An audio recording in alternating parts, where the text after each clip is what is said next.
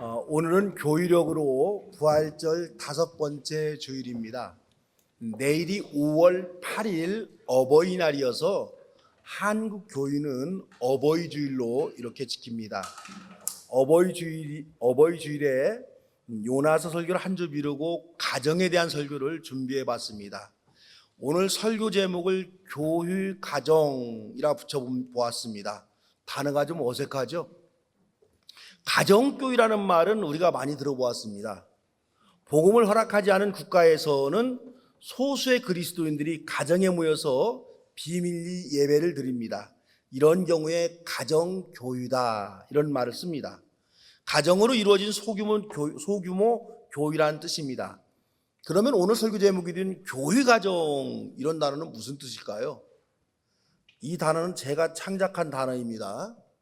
가정을 교회화해서 가정교회라는 단어로 표현한다고 한다면 교회를 가정화하면 교회 가정이다 이렇게 표현할 수가 있습니다. 이 시대에는 교회를 가정화해야 된다 이런 의도입니다. 교회가 가정이다 이런 의미로 교회 가정이라는 단어를 써보았습니다. 오늘 신약 성경 봉독도 여러분 좀 특이했죠? 긴 성경 본문이기 때문에 군데군데 따와서 편집해서 우리 권사님이 여러분과 함께 아주 잘 읽으셨습니다. 신약 본문인 에베소서 5장 21절에서 6장 9절은 가사법전 혹은 가정준칙이라고 표현하는 본문입니다. 초대교회 성도들이 가정에서 어떤 품성을 가져야 하는가 하는 문제를 다룹니다. 그런데 본문을 꼼꼼히 살펴보면요, 가족 구성원 중에 종이 있습니다. 이 점이 현대의 가정과 다릅니다. 먼저 본문은 아내되니 여러분 또 남편되니 여러분 해서 아내와 남편 양쪽에 모두 교훈을 줍니다. 아내는 남편에게 순종하고 남편은 아내를 사랑하라 이리 말합니다. 여기서 강조점이 따로 있는 게 아니에요. 부부는 그리스도가 교회를 사랑하는 것 같이 서로 사랑하고 서로가 그리스도를 대하듯 존중하라 이런 말씀입니다. 그래서 남편과 아내의 지위나 계급은 동등한 존재임을 분명하게 말하고 있습니다. 자녀들에게도 충고합니다. 자녀 되니 여러분 또 아버지 되니 여러분 그러죠. 자녀들은 부모에게 순종하고 부모를 공경하라 이렇게 충고합니다. 아버지는 자녀들을 노엽게 하지 말라고 가르칩니다. 물리적 힘이 센 아버지는 자녀들을 소유물로 생각하지 말고 인격적으로 대하라 이런 가르침입니다. 오늘날 사고로 보면 너무도 당연한 가르침입니다. 하지만 여성과 아이를 재산의 일부로 취급했던 고대 사회 상황에서는 이런 가정준칙은 대단히 파격적이고 진일보한 가정교육입니다. 그런데 더 충격적인 가정관이 있습니다. 여기에 종들에게 주는 교훈도 있습니다. 종들은 두려움과 성실한 마음을 가지고 육신의 주인에게 순종하라 이렇게 말합니다. 종들이 주인을 대할 때 그리스도인들이 예수님을 대하듯이 해야 한다 이런 가르침이에요. 이런 문자만을 보면은요, 성경도 노예 제도를 인정하고 있다고 주장할 수가 있습니다. 우리 전주 지역에는 미국의 남장로교 선교사들이 많이 찾아와서 선교를 했습니다. 남장로교다 이 말은 북장로교도 있다 그 말이죠. 미국에서는 왜 남장로교, 북장로교 그렇게 갈랐을까요? 노예제도 때문입니다. 미국의 남쪽의 지역에는 농장이 많이 있습니다. 농사를 짓기 위해서는 많은 노예들이 필요했습니다. 이 때문에 남쪽 지역에 사는 사람들은 노예제도를 적극적으로 지지합니다. 미국의 북쪽 지역은 공업이 발달해서 공장이 많이 들어서 있습니다. 백인 노동자들만 가지고는 공장의 일손이 부족합니다. 북부 사람들이 노예 해방을 위해서 내세운 명분은 노예들도 인간이기에 이들의 인권이 존중되어야 된다 이런 논리입니다. 그러나 내면에는 남쪽 농장에서 일하고 있는 많은 노예들이 자유인이 된다면 자연스럽게 북부 공장에 와서 노동자로 취업할 것입니다. 그러면 공장이 잘 돌아가게 될 것이다. 이런 속셈이 담겨 있습니다. 이 때문에 미국에서는 남과 북 전쟁이 발발해서 7년간이나 싸웠습니다. 문제는 교회입니다. 여러분, 교회는 어떤 주장을 폈을까요? 교회의 주장은 하나님의 말씀인 성경에 근거가 있어야 됩니다. 남쪽에 있는 교회는 노예제도가 성경적이다, 이렇게 주장을 했어요. 노예제도가 성경적이라는 주장을 뒷받침하는 말씀 중에 하나가 오늘 우리가 읽은 에베소의 말씀입니다. 분명하게 종들은 육신의 주인에게 순종하라, 이렇게 말하고 있습니다. 반면에 북쪽에 있는 교회는 노예 역시도 하나님의 형상대로 창조된 존귀한 존재다, 이렇게 선언합니다. 예수님은 모든 인간이 평등한 존재이라고 가르쳤기 때문에 노예도 사랑의 대상으로 봐야 됩니다. 그러기에 노예제도는 불우한 제도이고 흑인들을 비인간화시키는 노예제도는 철폐되어야 한다, 이렇게 북쪽 교회는 주장했습니다. 결국 교회도 분열되어서 노예 해방을 주장하는 북쪽 지역의 교회는 북장로교, 북감리교, 북침례교회로 분열되었어요. 노예제도를 인정하는 남쪽 지역의 교회는 남장로교, 남감리교, 남침례교회로 분립되었습니다. 그래서 여러분, 미국에 가서 남자 붙거나 북자 붙거나 지금은 이제 연합으로 많이 되어 있는데 이런 이야기를 들으면 아하, 이쪽은 노예제도를 인정한 것이고 남쪽은, 북쪽은 노예제도를 폐지한 교회구나, 이렇게 우리가 판단하면 좋습니다. 오늘 성경 본문을 언뜻 보면 노예제도를 인정하고 있는 듯이 보입니다. 하지만 조금만 생각을 가지고 오늘 본문을 보면 전혀 그게 아닙니다. 본문에서 두 가지 점을 주목해 봐야 됩니다. 먼저 본문에서는요, 노예, 종을 가족의 구성원으로 보고 있다, 이 점입니다. 가족에 대한 교훈이 담긴 가정 준칙에서 주인과 종의 관계에 대해서 말하고 있습니다. 부부의 관계를 말하고 있는 가정 준칙에서 종과 노예의 관계를 말하는 거예요. 그래서 이 가족 이야기를 하면서 종에 대해서 언급했다고 한다면 이는 종을 가족, 식구로 대하라, 이런 뜻입니다. 또 하나는 주인들이 여러분, 이렇게 말합니다. 내용적인 면을 얘기하고 있는 거예요. 주님이 사람을 차별하지 않으니 주인도 종을 차별하거나 위협하지 말라, 이 충고하고 있어요. 정리해 보면은요, 성경에 기록된 가족 준칙에서는 혈연적 관계는 아니더라도 집에서 일하고 있는 종 역시도 가족 식구로 대하라, 그런 가르침입니다. 예수님은 가족을 혈연으로만 보지 않았습니다. 예수님은 누구든지 하나님의 뜻대로 행하는 사람은 예수님의 형제요 자매라고 말하고 있습니다. 이는 혈연 가족을 무시하거나 혈연 가족을 약화시키는 말이 절대 아닙니다. 혈연이 아니더라도 하나님의 뜻대로 살아가려는 사람은 모두가 한 가족이고 한 식구로 대하라, 이런 뜻입니다.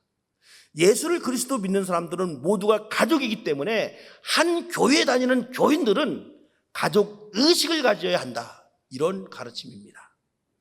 물론 여러분, 가정은 혈연으로 이루어진 기초 공동체입니다. 여러분, 혈연 가족들에게 요구되는 가장 중요한 점이 여러분 무엇이라고 생각하세요? 가족 간에 있어야 될 가장 중요한 점은요, 책임입니다. 책임. 사랑에 근거하지 아니한다 할지라도 의무적으로라도 가족 간에는 책임이 있어야 돼요. 부부 간에 서로 여러분 책임이 있어야 합니다. 부모는 어린 자식들을 돌볼 책임이 있습니다. 낳기는 했지만 자식들을 돌보지 않는 아버지나 어머니는 가족일 수가 없습니다. 자식들에 대해 책임을 지지 아니하고 방치하는 부모는 동물보다 못한 존재입니다. 이 동물도요, 자기 새끼를 보호하려고 목숨을 겁니다. 암탉이 모이를 먹다가 뱀이 오면 정신없이 도망갑니다. 그런데 병아리와 함께 모이를 먹다가 뱀이 오면 암탉은 뱀과 싸웁니다. 대단하죠? 여자는 뱀을 보면 도망가지만은 엄마는 뱀을 보면 짚습니다. 이게 인간과 동물의 책임적 본능입니다. 자녀들이 다 성장하고 부모가 나이 들어 쇠약해질 때가 도래합니다. 부모들이 혼자 살아가기에 힘이 붙이는 그때가 도래하면 누가 가정에서 책임을 다해야 됩니까? 성장한 자녀가 부모에 대한 책임을 다해야 됩니다. 자녀들은 부모 봉양에 대한 책임이 있습니다. 그렇게 인류는 얼마 동안 부모와 자녀가 가정적 책임을 다하면서 그렇게 지내왔습니다. 그런데 사회가 변하게 되었습니다. 부모와 자식 간에 한 집에 살던 대가족 제도의 농경 사회가 지나갔습니다. 산업 사회가 등장해서 곳곳에 공장이 생기고 자식들은 부모를 떠나 타지에서 일자리를 얻어서 살아갑니다. 산업 사회에서 자식들은 자신들의 삶의 터전이 도시인지라 시골에 계신 부모님을 모시지 못합니다. 도시에 산다고 하더라도 부모와 성인이 된 자식이 함께 살지 않는 핵가족 사회가 되었습니다. 이제 부모들은 나이를 먹었어도 자식들을 의지할 수가 없습니다. 부모들은 어찌해야 될까요? 이런 시대를 먼저 경험한 유럽에서는요, 연금 제도를 개발했습니다. 젊은 날에 자식들을 건사하면서 틈틈이 돈을 아껴서 연금을 들어둡니다. 이 연금이 일할 수 없는 노후를 안심하며 살아갈 수 있도록 노후의 삶을 보장해 줍니다. 우리 사회도 이제 핵가족 사회가 되었습니다. 늦게나마 연금제도가 도입되고 지금 연금제도가 정착해 가고 있는 단계입니다. 그런데 현대는 핵가족 시대도 지나서 이제 혼밥 시대가 되었습니다. 또한 은퇴하고도 30년, 40년을 살아야 하는 100세 장수 시대가 되었습니다. 이렇게 수명이 길어지다 보니까는요, 인생 끝에는 양로원에 가서 누군가의 손에 의지해서 연명해야 됩니다. 얼마 전 고등학교 친구 어머니가 작고하셨다 해서 조문을 갔습니다. 문상 가서 고인의 상황을 듣게 되었습니다. 고인이 90살이신데 10년 동안 양로병원에 계시다가 돌아가셨다고 합니다. 저는 이런 어른들의 삶을 목회하면서 많이 봐왔습니다. 10년이라는 긴 시간을 양로병원에서 보냈다고 한다면 고인을 기억하고 있는 이웃들이 몇 분이나 계실까요? 젊은 날에 열심히 섬겼던 교인은 고인에 대해서 무엇을 기억하고 있을까요? 10년간 고인이 너무도 외롭고 고독했을 것이다, 이런 생각이 들었습니다. 이게 여러분 현대인들의 인생이 되었습니다. 솔제니치는 인생이라고 하는 것은 25년은 사람 대접받으며 살고 25년은 말처럼 일하며 살고 25년은 개처럼 집을 지키며 살다가 언젠가는 다른 사람의 손에 의존해서 연명하다가 가는 게 인생이다, 이렇게 말했습니다. 이제 수명이 많이 늘어나서 30, 30, 30이라고 해야 맞을 것 같습니다. 은퇴한 후에 계속해서 노쇠해 가는 몸으로 30년, 40년을 우리가 살아야 됩니다. 이렇게 살다가 마지막 몇 년은 양로병원 혹은 가정에서 누군가의 손에 의탁해서 화장실을 가며 식사를 하며 그렇게 살아야 하는 시대입니다. 이런 장수 시대가 좋은 시대인지 나쁜 시대인지는 잘 모르지만 이런 시대가 도래하는 것은 여러분 분명합니다. 혼자서 몸을 지탱할 수 없는 상태로 몇 년간 살다가 생을 마감해야 하는 이러한 시대에 목사인 저의 관심은 교회는 무엇을 해야 할까? 저는 여기에 관심이 있습니다. 교회는 어떤 사역을 감당해야 될까? 여기에 관심이 있습니다. 제가 청년 시절에 한 40여 년쯤에는 교회의 화두가 성장, 부흥, 영혼 구원 이런 것이었습니다. 그래서 그 당시 교회 표어로 가장 많이 사용된 구절은 하박국 3장 2절, 여호와여 주는 주의 일을 이 수년 내에 부흥케 하옵소서, 이런 구절입니다. 이 구절에 대한 정확한 주석과 해석도 없이 문자적 느낌으로 많이 사용했어요. 교회를 속히 부흥하게 해달라, 이런 구절로 대입했습니다. 산업이 발전하고 인구도 늘어나면서 교회도 상당히 성장하고 부흥했습니다. 초대형 교회가 여러 개가 한국에 세워지고 자본주의 눈으로 보면 나름대로 목표를 이루었어요. 자본주의 눈으로 보면요. 시간이 좀 지나서 교회는 선교, 특히 세계 선교가 기독교의 화두로 등장을 했습니다. 각 대학의 많은 기독 학생들이 전공에 대한 깊이 있는 연구에 집중하기보다는 세계 선교의 꿈과 비전을 가지고 밤새워 기도하던 그런 시기가 여러분 있었습니다. 어떤 학생은 사법고시 공부를 하다가 부흥에 참석했습니다. 분위기에 휩쓸려서 즉흥적으로 선교사가 되겠다 서약을 했어요. 정신을 차리고 보니까 고민이 됩니다. 선교사로 가기 위해서 지금까지 고생하며 준비했던 사법고시 공부를 중단해야 하는가, 이런 고민을 가다가 목사님을 찾아가 상담하는 해프닝도 있었습니다. 이 때문에 한국 교회가 미국 교회 다음으로 선교사를 많이 파송한 2등 선교 2등 국가가 되었습니다. 나름대로 성과가 여러분 있었습니다. 지금은 코로나19로 인해서 전 세계가 동력이 약해져 가고 있습니다. 교회도 성장과 부흥이 멈추고 선교도 더 이상 진행하기가 어려운 시대를 우리가 맞이했습니다. 우리 사회는 인구가 계속해서 줄어듭니다. 반면에 고령 사회로 진입되어 있어요. 지방은 더욱더 심화되어서 어린이 아동들을 상대로 하는 사업은 이제 내리막길을 걷고 있습니다. 2025년도가 되면요 65세 이상이 20%를 넘는데요, 이럴 때를 초고령 사회다. 그런데 우리나라가 이제 2년 후면 초고령 사회로 진입합니다. 이런 사회에서 교회에게 주어진 시대적 사명은 여러분 무엇일까요? 사람이 나이를 먹어간다는 사실에 대해서 여러분 절대 슬퍼할 필요가 없습니다. 지금 밖에 나가면요 이 시기가 온 천지가 초록빛입니다. 너무너무 아름답습니다. 그런데 이 나뭇잎이 세월을 먹고 단풍이 들어도 너무너무 아름다워요. 여러분 한번 생각해 보세요. 사람들이 초록빛 나뭇잎을 주워다가 책갈피로 삼습니까? 아니면 노란색 빨간색으로 단풍 든 단풍잎을 가져다가 책갈피로 삼습니까? 어떤 거예요? 누구라도 단풍잎을 가져다가 책에 끼워두고 책갈피를 삼습니다. 세월을 먹은 단풍잎이 훨씬 멋지고 아름답다, 이런 뜻입니다. 이게 자연의 이치입니다. 여러분, 사람도 청년의 시절, 장년의 시절도 훌륭하지만은 세월을 경험한 노년이 훨씬 더 아름답고 멋진 인생입니다. 대신 노년은요 준비하고 계획해야 멋진 인생을 보낼 수가 있습니다. 교회는 단풍잎과 같은 아름다운 노년을 보낼 수 있도록 도울 수가 있습니다. 교회의 근본, 본질은 우리가 세 가지로 주로 배웠죠. 첫째는 캐리그마, 그래서 신앙 고백입니다. 모든 종교적 행위를 말합니다. 두 번째는 디아코니아에서 사회적 섬김, 돌봄을 말합니다. 세 번째는 코이노니아에서 관계성, 사귐, 이것들이 교회의 근본입니다. 성도들이 젊을 때는 교회에서 예배하고 봉사하고 관계 속에서 이렇게 활동합니다. 세월이 흘러서 다른 사람을 의지하며 살아야 할 노년에는 교회 활동이 약해져 갑니다. 지금까지 대부분의 교회는 건강이 약해져서 교회에 오지 못하는 사람의 인생은 각자 도생하도록 개인에게 맡겼습니다. 바깥 출입을 할 수 없는 노년의 시기가 되면 교회는 그런 성도들에게 더 이상 관심을 갖지 못합니다. 운전할 수도 없고 홀로 교회에 올 수도 없는 성도들은 젊은 날에 열심히 다녔던 교회에서 잊혀져 갑니다. 잊혀진 상태에서 누군가에게 의탁해서 짧은 시간이 아니라 긴 시간을 보내다가 주님 품에 안깁니다.